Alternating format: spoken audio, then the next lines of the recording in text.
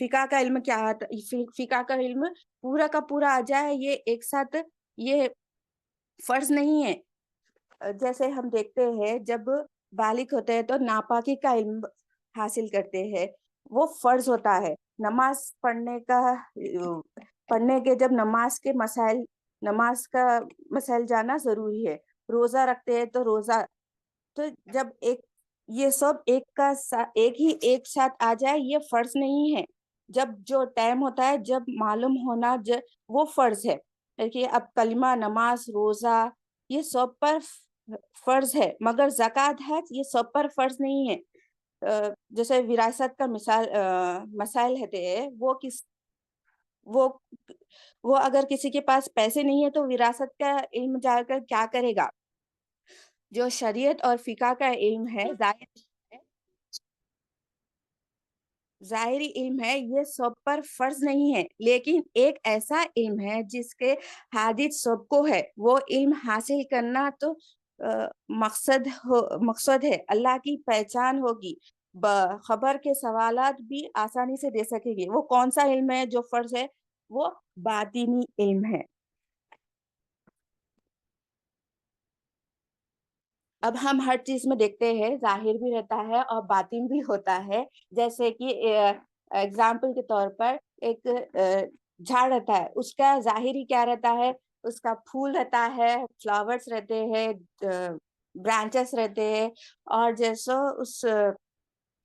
اس اور اس کی باطن کیا رہتی ہے، اصل کیا رہتی ہے؟ باطن جڑ رہتا۔ اگر وہ جڑ مضبوط نہیں ہے تو جو جھاڑ ہے، جو اس کے پھل ہے، پھوٹ ہے، وہ کیا ہے؟ وہ درست نہیں ہوگے۔ تو جب پہلے ہمیں باطن کو یعنی اس کے جڑ کو مضبوط کرنا ہے۔ جب ہم باطنی کو درست کریں گے ظاہر بھی درست ہوگا۔ پوری دنیا جو محنت کری ہے وہ ظاہری عمل میں کر رہی ہے، جیسے نماز، روزہ، زکوٰۃ، حج، اس پر محنت کر رہی ہے، مگر اس کی درستگی نہیں ہوگی جب تک باطن درست نہیں ہوگا۔ اللہ تعالیٰ کے پاس باطن اہم ہے۔ اب دیکھیں گے ظاہر کا تعلق کس سے ہے؟ جسم سے ہے، اور باطن کا تعلق کس سے ہے؟ قلب سے ہے، دل سے ہے، قلب سلیم سے ہے۔ قلب میں جو علم آنا ہے وہ درست ہوگا تو ہی ظاہری علم درست ہوگا۔ جو بھی ہم عمل کریں گے وہ فائدہ ہوگا۔ جب ہم باطن کو درست کریں گے تو ہمارا ظاہری بھی جو عمل کریں گے ہم، وہ فائدہ ہوگا۔ جیسے حدیث شریف میں آیا ہے کہ حضرت جابر رضی اللہ تعالیٰ سے مروی ہے کہ نبی کریم صلی اللہ علیہ وسلم ارشاد فرماتے ہیں، علم دو طرح کے ہے۔ ایک علم دل میں ہوتا ہے، یہ نفع یعنی فائدہ دینے والا علم ہے، اور ایک علم زبان پر ہوتا ہے، یہ علم بنی آدم پر اللہ تعالیٰ کی حجت ہے۔ یعنی اگر صحیح علم ہم حاصل نہیں کریں گے تو اس کے خلاف گواہ ہوگا۔ ہمیں صحیح علم حاصل کرنا ہے۔ اب باطن کا تعلق کس سے ہے؟ ایمان سے ہے، اور ظاہر کا تعلق کس سے ہے؟ عمل سے ہے۔ یہ دونوں بھی امپورٹنٹ ہے۔ باطن کے ساتھ ظاہری اللہ تعالیٰ کے پاس قبول ہے۔ جب ہم ظاہری علم کا عمل کریں گے باطن کے ساتھ یعنی ایمان کے ساتھ، تو یہ اللہ تعالیٰ کے پاس قبول ہے۔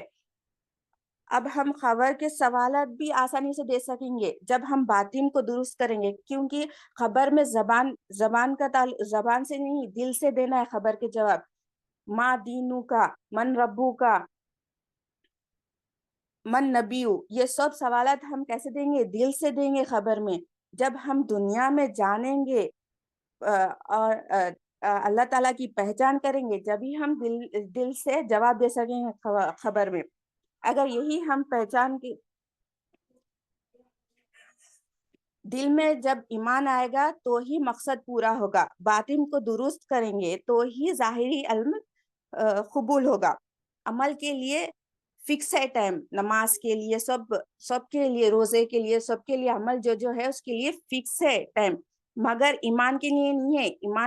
ایمان 24 گھنٹے رہنا ہے ہمارے پاس، سوتے جاگتے اٹھتے سب ایمان کے ساتھ کرنا ہے ہمیں، ہر چیز ایمان کے ساتھ کرنا ہے۔ عمل بھی ایمان کے ساتھ کریں گے تو ہی اللہ تعالیٰ کے پاس قبول ہے۔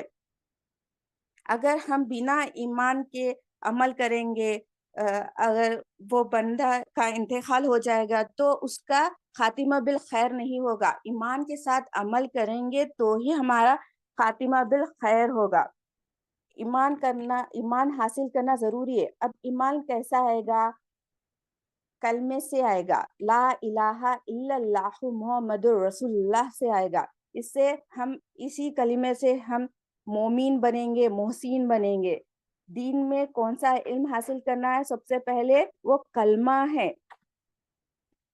اسے دل میں لانا ہے، اس سے تصدیق ہوگی، باطن درست ہوگا تو ہی ظاہری عمل درست ہوگا، اور یہی اللہ تعالیٰ کے پاس قابل قبول ہے۔ جزاک اللہ خیر۔